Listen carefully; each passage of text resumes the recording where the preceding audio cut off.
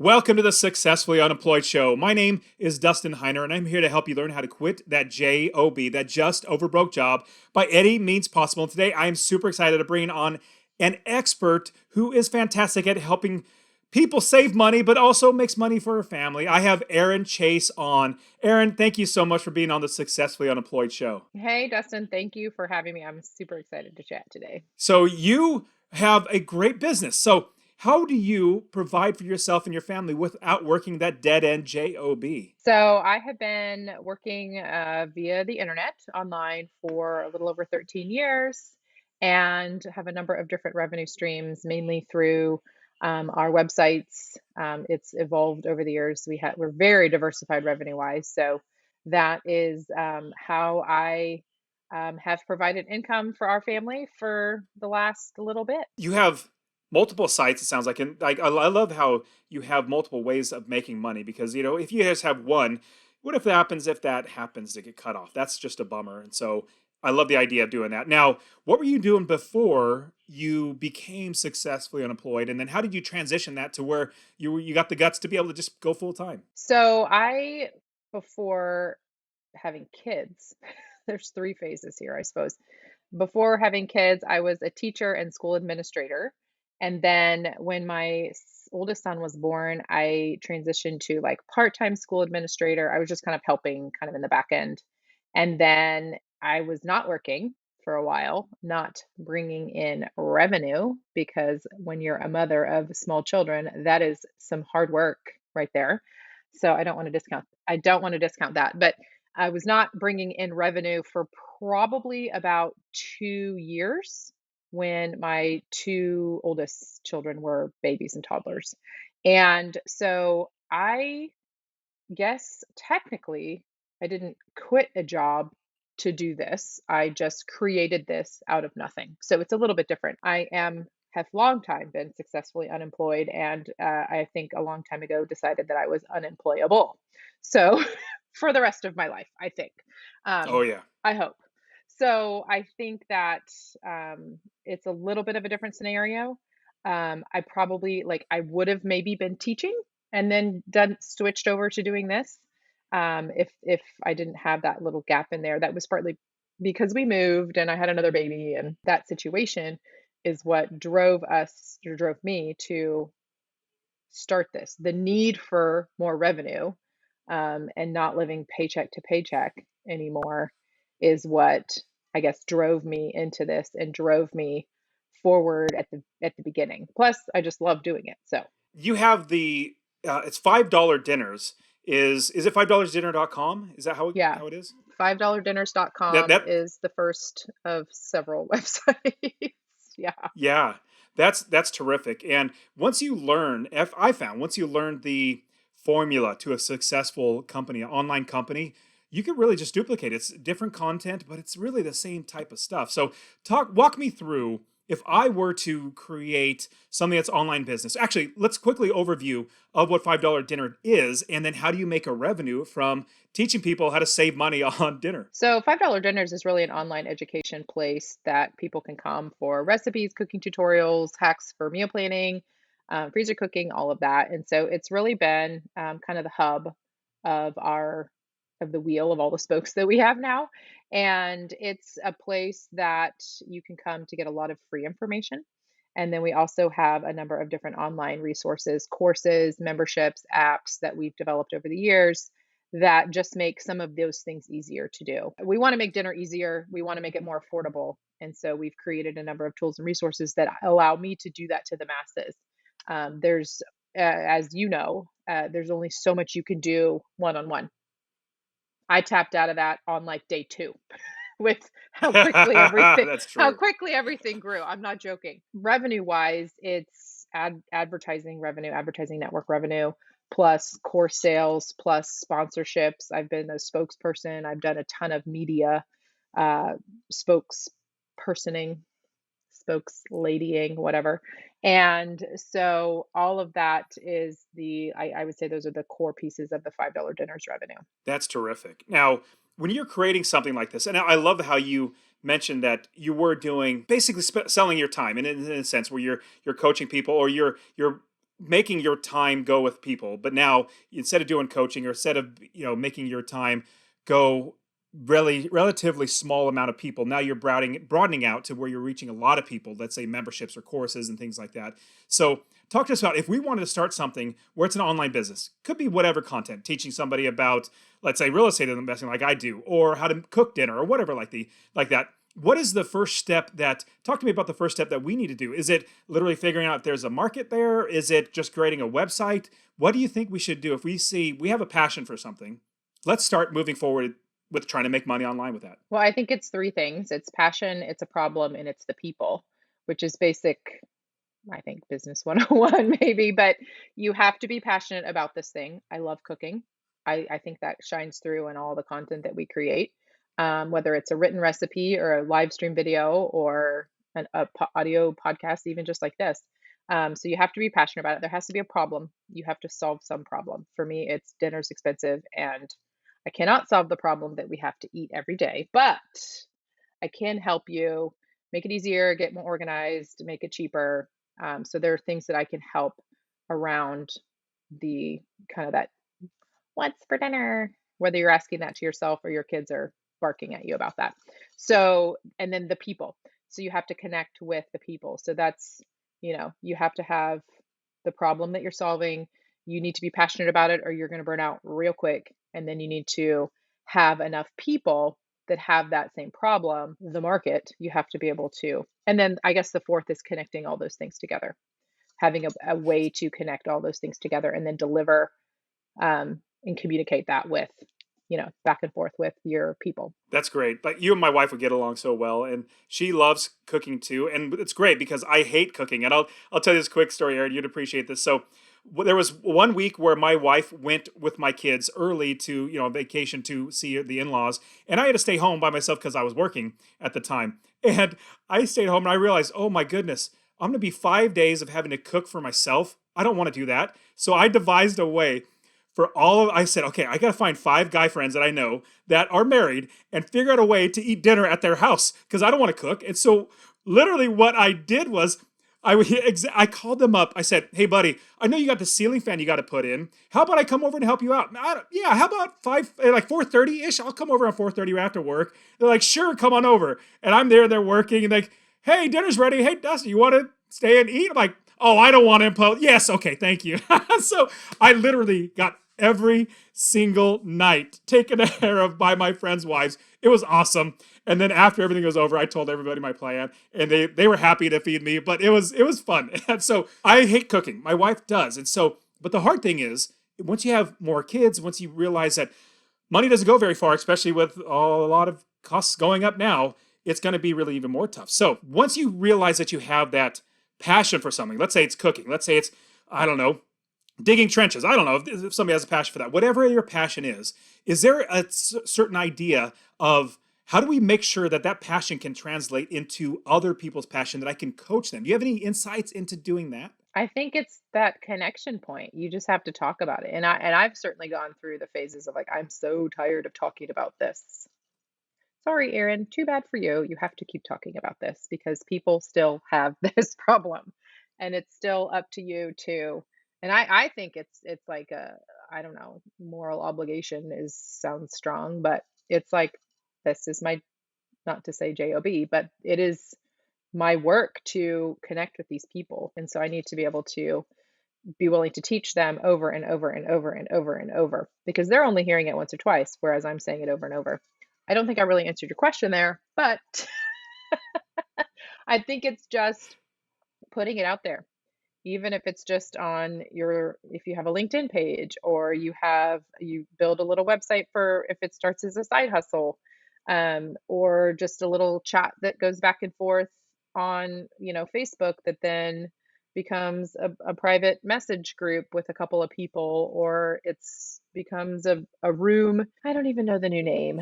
It was that app that everybody freaked out about at the beginning of this year. Oh, The I never got audio on it. one. I Clubhouse. yeah, I I was know what on you're it talking about. for a minute and realized how much of a time suck it was. So I was on it for 2 days and left. I had a girl. I Um, never went on it. People kept saying, you got to get on it. I'm like, I'm not. Just like, what was the other one? There was one streaming one like a number of years ago. I can't remember what it was, but they were like, you got to get on this one. And then now you got to get on this one. Like, Oh, I'm fine. Periscope. I'll just Yeah. pass. Yeah. Periscope. There you go. That's what it was. I don't know where it's at now, but it's It's gone. gone. It is gone. I mean, it would have been for you. Like people, my market was not on Clubhouse. So it did not make sense for me. And I just really got tired even in the first 2 days of people saying, you just need to deliver value, deliver value, deliver value. I'm like, someone needs to make a drinking game out of that. Not that I endorse that. Anyway, sidetrack there. So yeah, I think it's just, you have to figure out an avenue to connect with people, whatever that looks like. And it's evolved over the years as evidenced here. And I think actually that's part of our success is that we've continued to evolve with the different platforms as the internet has evolved. You know, doing this for 13 years, I'm like the grandma in this space. And I think but we've stayed relevant because we've stayed connected with people as the trends shift, I guess. I think that's wise. Yeah, like you're trying to figure out who your people are that are going to be gravitating towards you, and you need to figure out where they are first. And here's a suggestion from my perspective. So, being a real estate investor, and I coach people how to invest in real estate. I am an investor. So I'm not just trying to say, let me just figure out how to do this. I'm in the spaces where there's other people who want to learn because I am part of that community. And so if you're a part of that community already, you would already know. Like that question might come up in somebody's mind. Well, how do I find them? Well, if you're a part of that community already, because that's who you are, you should already know to find them. Okay, so let's say we're finding them. It seems like we need a website. Like everybody has a website. It's so easy to create a website. So why not do that? Then on top of that, let's say we created a website.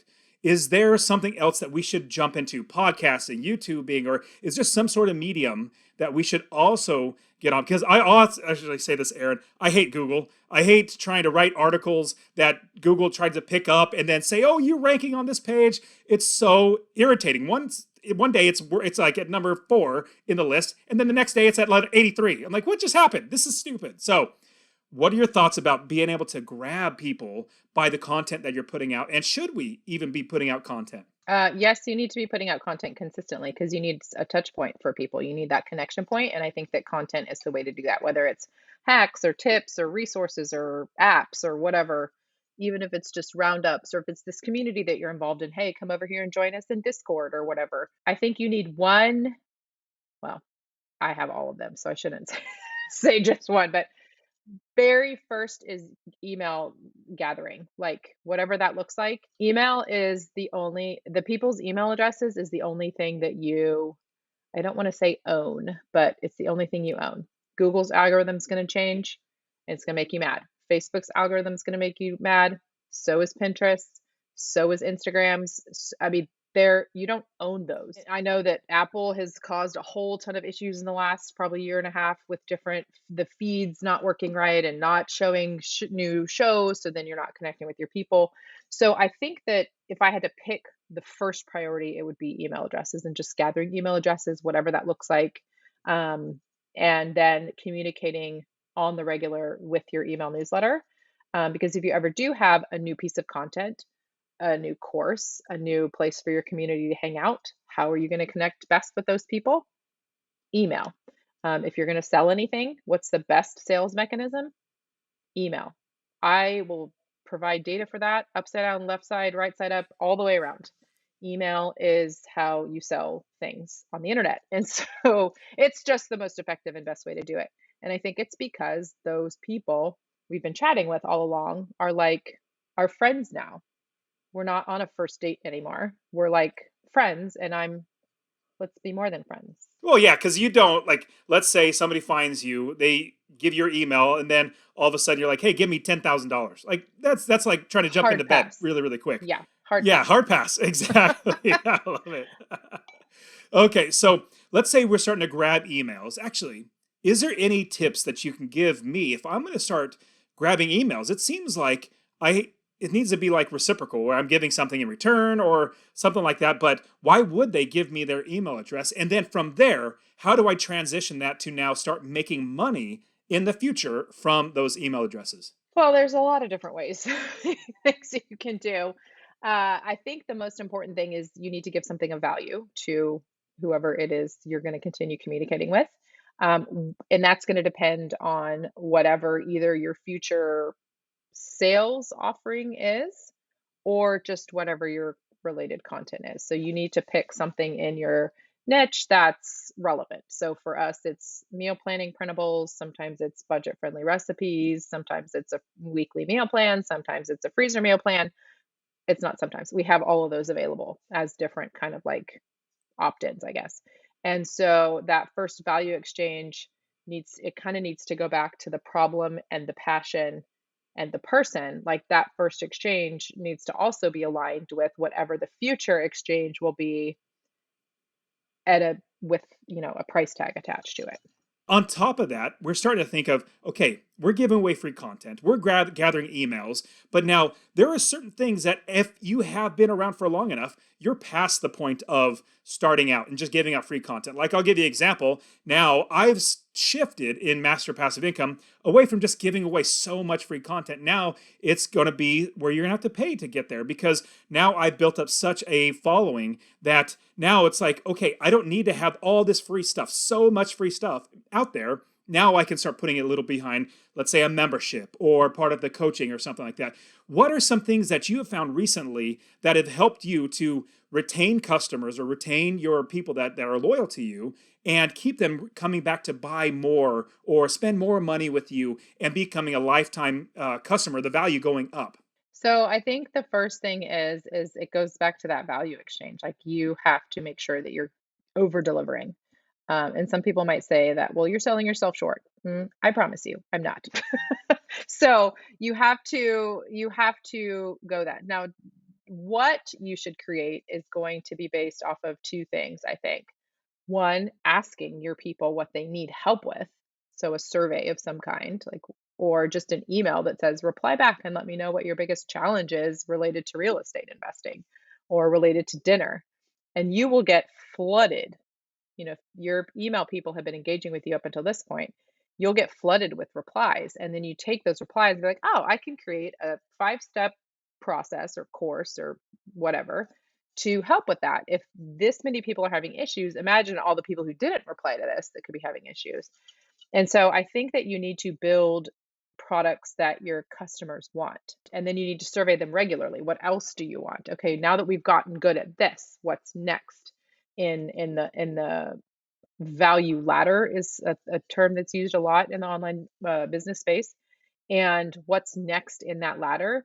And then how can you continue to reach both those existing customers, but also new customers with a secondary offering or a completely different offering, or I call it like a sister offering. Our products are all kind of siblings, I guess, because they don't really ladder stack on each other, but they're like siblings, I guess. They're really, yeah, they're related. Yeah, they're They're family all my together. Okay, children. so, Yes. I love that. And so you brought up a couple things. So I definitely want to talk about apps, and because that's something I have not even come close to even thinking about. So I definitely want to jump into that. But first, you brought up something that I definitely want to address is selling yourself short. Now, usually most people that get in the space of teaching or coaching or something in an online business, we put the price tag so low on everything. Like if you're going to give your way, you're thinking, okay, I work my job and I make, let's say I make $30 an hour. Well, if I double that, make $60 an hour coaching for somebody online, that should be a good price. Well, maybe, maybe not. Tell me about how do you make sure you don't sell yourself short in this online business space? Well, for one, the market's going to dictate pricing to a certain extent. I think at this point with online businesses, there are enough products out there that if I tried to charge $37 a month for a meal plan membership, literally nobody would buy it because there's so many options available for 10, 12, 15, 17 a month. So unless I'm mailing you something new every month to go along with this other sort of membership, there's just no way that's going to work. So price point is partly determined by what the market is willing to pay. And you can see that with other related businesses. So you could do like a competitive analysis and look and see what other people are pricing their potential products are. And then I think too that it's demand. Like if, and my husband has gone through this with his business recently, there's so much demand for his time that he has to bump up prices. And there has literally been no pushback. And so people understand that for him, that's not a task that anybody wants to do in their business. So please just do it for me, even if it's $50 more a month. So $50 more a month per client times however many clients you have. Okay. But the demand, it's, so I feel like it's a little bit dictated by your circumstances, I guess, um, but also by the market and also by what type of service you're offering. I've also seen way bloated offers that I have either heard about and I didn't necessarily pay for it, but you pay for it and you're like, what did I just buy? Like, so there's always going to be a little bit of that too. So you really have to do a little bit of research to figure out, okay, and then also just like what am I providing? Like, what is if somebody invests $497 in me or this program or whatever, what are they going to get out of that? If they're going to turn around and make $25,000 because of what you told them, then maybe $500 isn't enough. But you can't really know that until you put it out there and have, people experience that. And so I think that there is a little, and I've seen this with other friends too who have more of a coaching style business, less of a I'm a business to consumer business, and so it's very different, very different from kind of those service providers that are charging $1,000 or $2,000 or $7,000. Like those are very real and they're very amazing, but they incrementally got themselves to those higher price points because of what the market dictates, the value that people are getting, the investment on the return on investment that people are getting. And so it's, I think, a little bit of market research plus experimenting.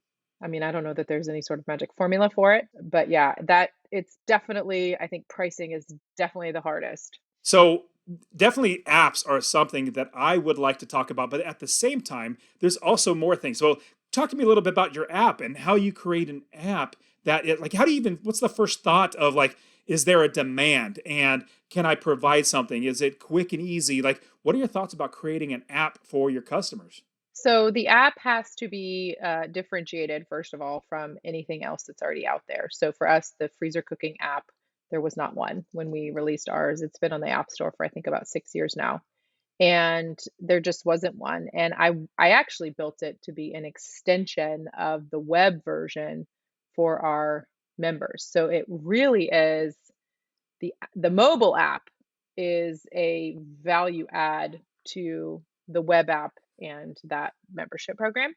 And so I was able to build it because I had the cash flow from the membership. So we launched without it, with the, I don't want to say promise, but with the intention, and we communicated that intention that we would have a mobile version of this at some point. And it was probably about 4 months later that we released the mobile app.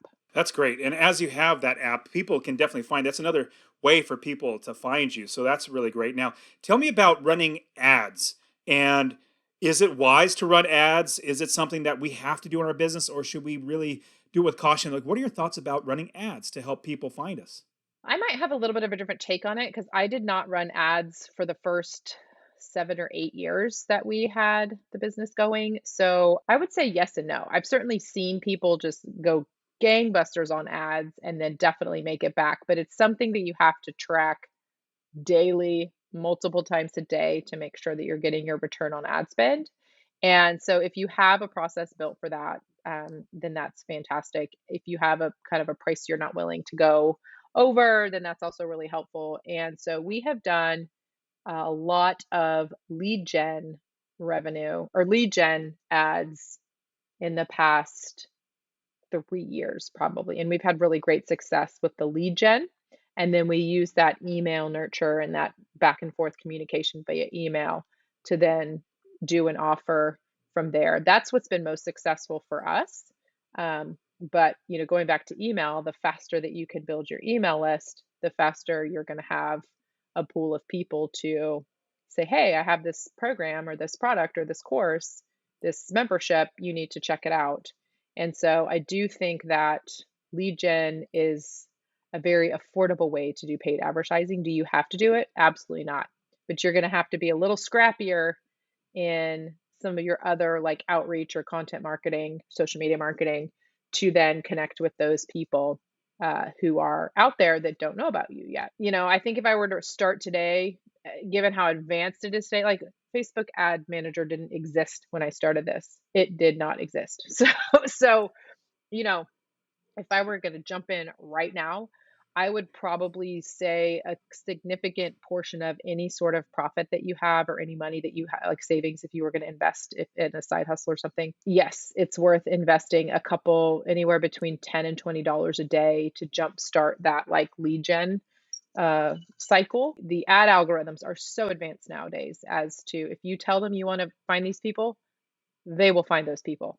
And so, even with all the tracking with Apple and everything, they're still doing a very good job of Facebook and Pinterest are still doing a very good job of finding that person that has the same problem as you or has the issue that your program or product solves for people. So yes, I would say that reinvesting with paid advertising should be a slice of, I guess, budget, system, process, whatever you want to call it. Yeah, and we have a mutual friend named Jason Brown, and I was talking to him recently. He said to me, "If you don't run ads, you don't have a business." I was like, "What? What does that mean?" He said, "Yeah, you don't have a business because if you're relying on, let's say, Google to send you traffic, or podcasts, or your YouTube, like you could literally be cut off of all of those, and they can't find you anymore.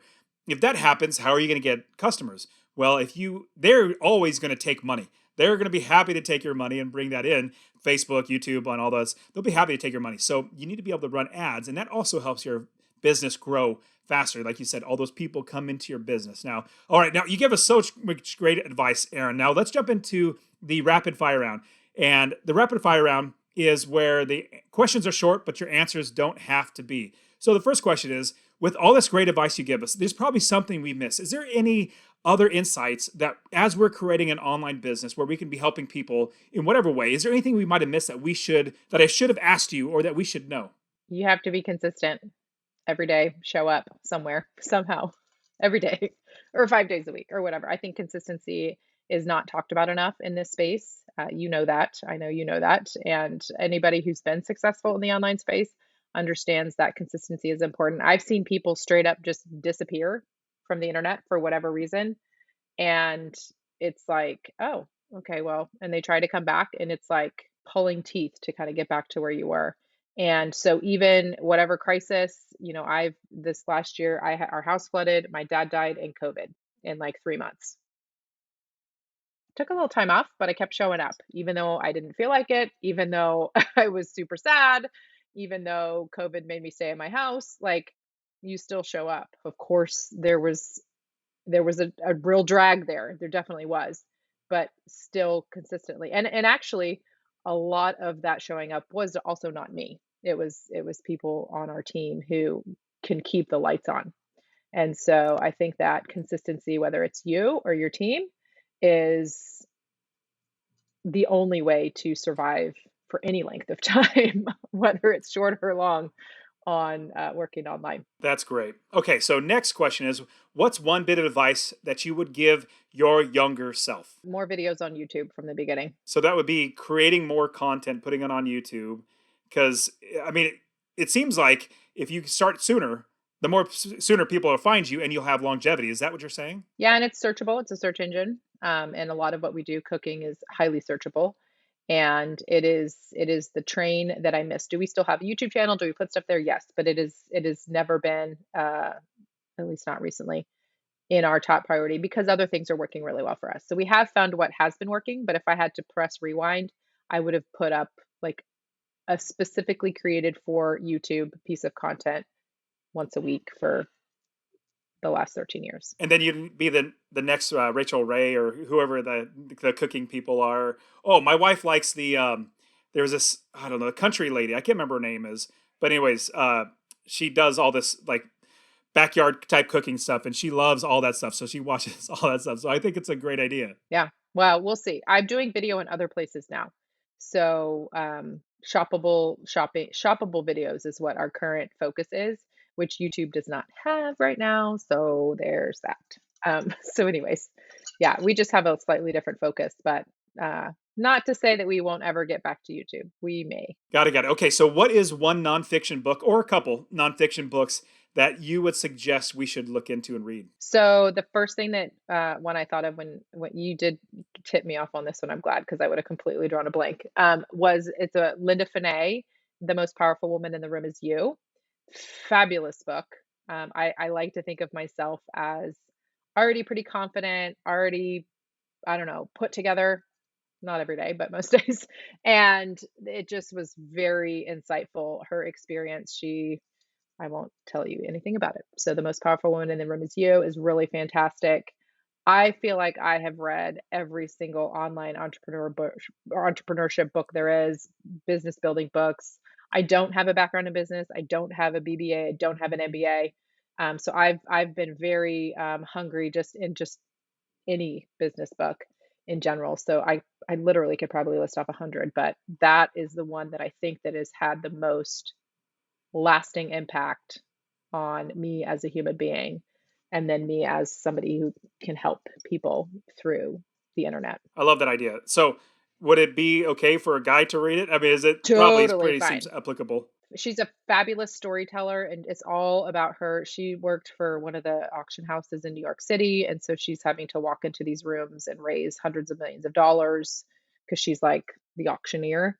And being a female doing that in a predominantly male space, I think yes, you could absolutely get something out of it. Man, Aaron, I know people are going to want to reach out to you, and they're even hope. I know my wife is going to be checking out the $5 dinner. So, how can people find you? Even reach out to you, even check out your app or anything like that? How can they find you online? So we have everything on the homepage of $5dinners.com. So it's the five, the numeral, and then dollardinners.com is all spelled out. You can find the different like resources that we built out from the homepage. Of course, we have the blog and the recipe index and things like that. So, but pretty much all the main highlights, things that we've created and developed and that would, help you or your wife. What, since you're going over to everybody's houses to eat, uh, Exactly. that would be on the homepage of $5 dinners. I have not really built out anything like business wise, like the conversations like this. I have a little bit about like productivity and intentional living on my podcast, which has now has morphed into a live stream show or a live stream video show. So it's a little bit different now, but all of that you can find under the Erin Chase Show on the podcast players. You'd have to go back a couple seasons, but there's some of that productivity and just like work life balance and how do I do all this with four kids and all that stuff. So you could find that there as well. That's great. Hey, Aaron, thank you so much for being on the Successful Unemployed show. You gave us so much great insight, so I really appreciate you. Thanks for having me on. I appreciate it too.